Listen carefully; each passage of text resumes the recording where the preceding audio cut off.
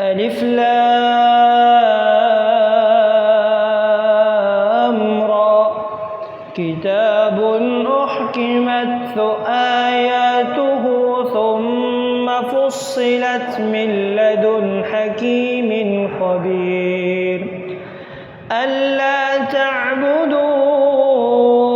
إلا الله إنني لكم منه نذير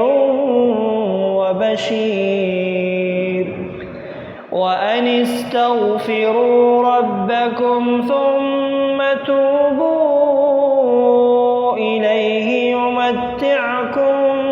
متاعا حسنا إلى أجل مسمى ويؤت كل ذي فضل فضله وإن تولوا فإني أخاف عليكم عذاب يوم كبير